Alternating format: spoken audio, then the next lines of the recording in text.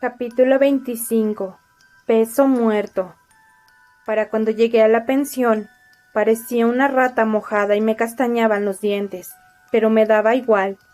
Volví a sentirme bien, mejor de lo que me había sentido desde que aterricé en el aeropuerto, como si me hubiesen... No era como si me hubiesen quitado un peso de encima. El peso seguía ahí, pero era más ligero. Mi padre ya no estaba, y yo estaba pasando el duelo y todo iba a ir bien. Todavía no, pero iba a ir bien. No sabía que una podía sentirse así. No sabía que yo podía sentirme así otra vez. Bien. No de maravilla, pero sí mejor. Gracias, le dije a Ben cuando pasé el cerrojo de la verja de hierro forjado de la pensión y empecé a avanzar por el camino empedrado hacia el porche. Había una luz encendida en recepción, Dana leyendo en el mostrador.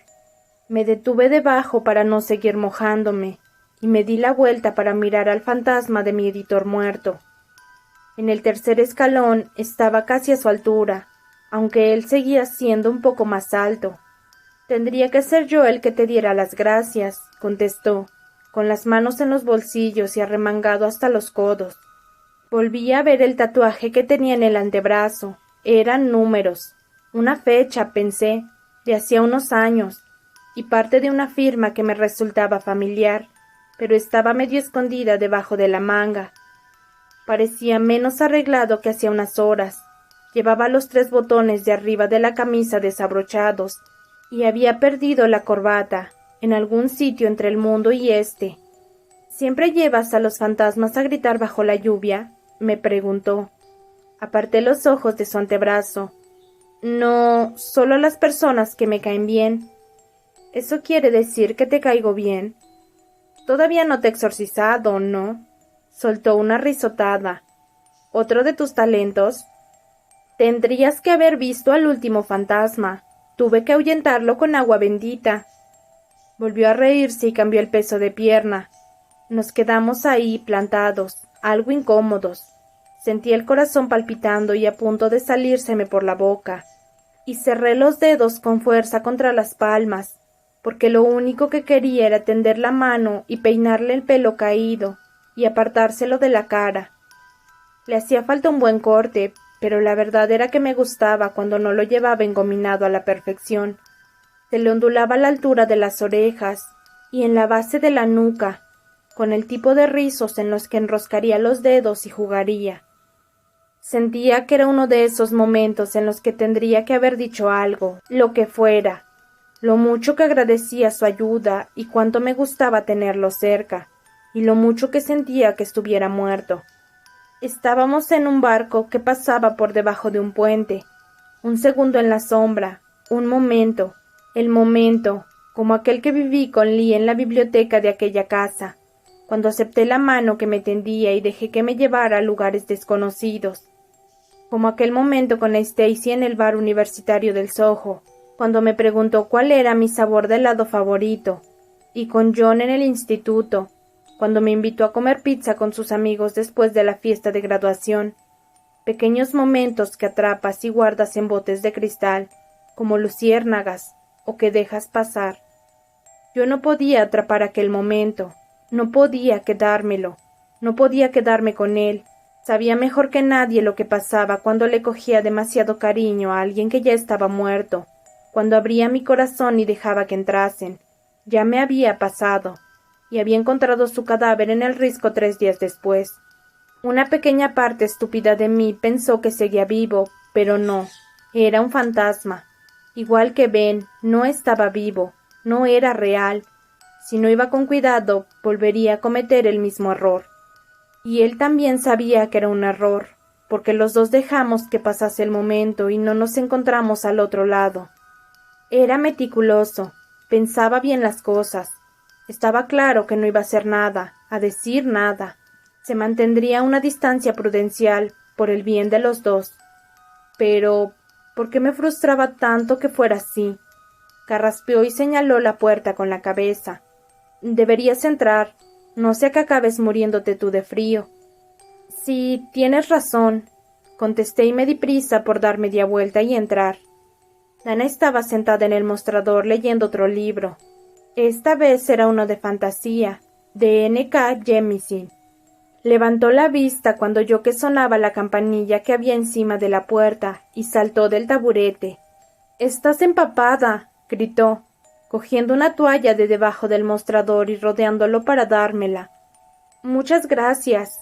Se la cogí de las manos y me sequé el pelo para que no gotease por todo el parquet. Luego me enrollé con ella y sentí un escalofrío. «Menudo tiempo hace esta noche». «Y que lo digas», contestó, volviendo a su sitio. «Las apps del tiempo ni siquiera han avisado». «Vaya, mira, ahí está nuestra famosa autora». Oí que decía una voz desde la zona de la sala de estar. Un escalofrío se me enredó en la columna, y ahí, toda digna, sentada en una de las sillas de Ikea de la sala, estaba Heather Griffin. Todo el mundo tenía una persona que le había hecho insoportable su paso por el instituto, y Heather era la mía. Habíamos sido amigas un breve periodo de tiempo, hasta que llegó a la conclusión de que estaba loca después de lo del caso de asesinato. Nunca se creyó que hablase con fantasmas. Pensaba que solo quería llamar la atención, y era una de las razones principales por la que el resto de Myrmont pensó lo mismo. «¿Con quién hablabas afuera, Florence?», continuó Heather con una expresión inocente. La acompañaba un grupo de mujeres que parecía un club de lectura y se reían tras sus ejemplares de Matiné de Medianoche de Ann Nichols. «Estaba, pues eso, hablando sola», balbuceé. «Idiota. Era idiota por haberme sentido tan cómoda en Myrmont. Tendría que haber sido más lista». Con el rabillo del ojo vi a Ben entrar despacio en recepción. Ya no llevaba las manos en los bolsillos, sino en las caderas. No apartaba la mirada del club de lectura y tenía los labios fruncidos.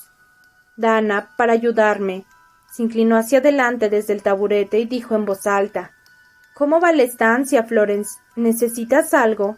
Toallas, champú, paz y tranquilidad», añadió con retintín, atravesando con la mirada a Heather. Esta dibujó con calma una sonrisa falsa y se sirvió un vaso de agua con limón del dispensador que había al final del mostrador. «Bueno, sé cuando no soy bienvenida. Me alegro de verte, Florence. Tal vez podamos quedar para ponernos al día», añadió, arrugando la nariz con una sonrisa, y volvió claqueteando a la sala de estar, donde se reanudó el club de lectura. Yo suspiré y me apoyé en el mostrador. Coño, por un momento había conseguido olvidarme de ella. «¡Qué suerte tienes!», dijo Dana riendo. «Puedo ofrecerte una botella de vino para que te la lleves a la habitación.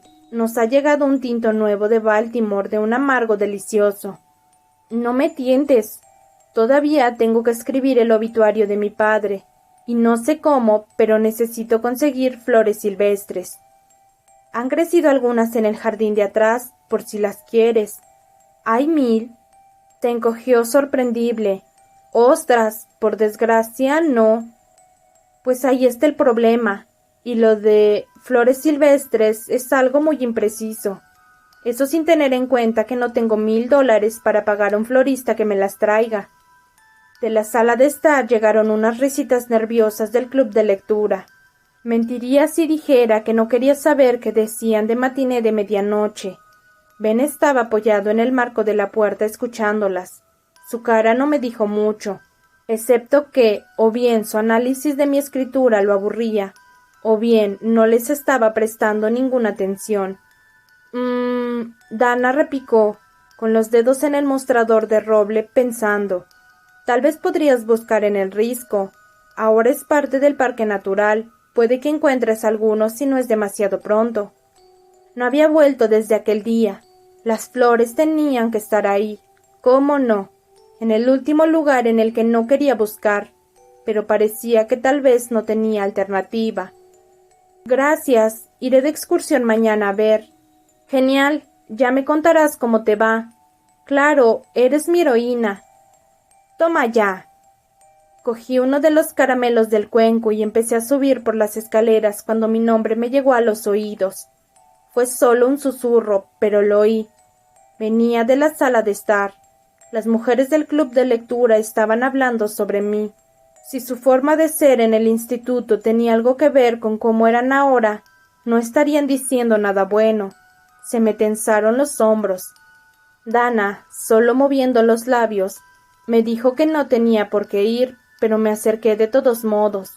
Me había pasado 10 años huyendo de aquellas capullas y me tenían harta. No armes una pelea, me advirtió Ben cuando pasé por su lado. No pensaba hacerlo. Heather enseguida se irguió en la silla con aire inocente. Antes estaba inclinada hacia algunas de las otras mujeres, susurrando por encima de sus novelas llenas de marcadores. Me pregunté si la habían leído siquiera o si la última moda era comprar novelas románticas para no leerlas y quedar para cotillear. Heather estaba como la recordaba, con un pelo castaño bonito y unos ojos marrones bonitos, y una sonrisa bonita en sus labios de color rosa pálido. Llevaba una falda negra de tubo y una blusa con estampado de cashmere. Recordé que mi padre me dijo un día que Karen la había contratado de recepcionista para el buffet del pueblo. Sonrió con unos dientes sorprendentemente blancos. ¿Quieres sentarte con nosotras? Somos muy fans de Ann Nichols. Supongo que sí. Me tragué la bordería que quería salir de mi garganta y me senté en el sofá descolorido que tenía ella al lado. Me encanta Matiné de medianoche. Nichols todavía no ha escrito ningún libro malo, dijo con alegría una de las asistentes. Los devoro todos en cuanto salen. Dicen que saldrá uno nuevo en otoño, dijo otra mujer. Era mayor, con el pelo blanco rizado y un jersey de estampado de leopardo, pero todavía no se sabe nada de él, concluyó. Sentí la mirada de Ben fija en mi nuca cuando dijo eso. ¿Cuál era el libro que escribiste tú, Florence? Preguntó Heather con una sonrisa fija en la cara. Nos encantaría leerlo en el club el mes que viene. Le devolví la sonrisa y la mía era real. Shevor me ha dicho que ya lo leyeron cuando salió. Sí, se me habrá olvidado. Estaba segura de que no. Respiré hondo, conseguí domar mis emociones. Era adulta y ya no huía. Sé que no te caigo bien, Heather, y sé que fuiste tú quien difundió los rumores sobre mí en el instituto diciendo que estaba loca, o que era una adoradora del diablo, o lo que sea. Se puso rígida y lanzó miradas hacia los miembros del club de lectura. Unas cuantas habían ido al instituto con nosotras, lo sabían. El resto tenía un recuerdo vago de lo que había pasado. Al fin y al cabo, Maermont era un pueblecito. No fui solo yo, ni de lejos. También Bradley, TJ y... Te perdono, parpadeó. ¿Cómo? Y me perdono a mí misma, continué. Estaba tan preocupada por lo que todo el mundo pensara de mí que no comprendí que había hecho algo bueno. Encontraste un cuerpo, Florence, dijo, quitándole importancia y poniendo los ojos en blanco. No es que resolvieses el caso de cómo se llame. Harry, se llamaba Harry O'Neill. Apreté los labios hasta formar una línea fina. Iba a nuestro curso, se sentaba justo detrás de ti en mate. Entrecerró los ojos. ¿Se acordaba? Seguramente no. Seguramente hacía 15 años que no pensaba en aquel chico que habían asesinado en el Risco. Lo que quiero decir, Heather, continué, es que yo creo a la gente. Aunque sea raro, aunque no tenga sentido, quiero creerla. Quiero ver su parte buena. Le doy mi corazón a cada persona que conozco, y lo pongo en todo lo que hago. Y a veces eso duele. Muy a menudo, en realidad. Le lancé una mirada a Ben, deseando haber atrapado ese momento en el porche y haberlo guardado en un bote de cristal. Nunca puedo controlar cómo me tratan los demás, pero puedo controlar cómo decido vivir y cómo decido tratar al resto.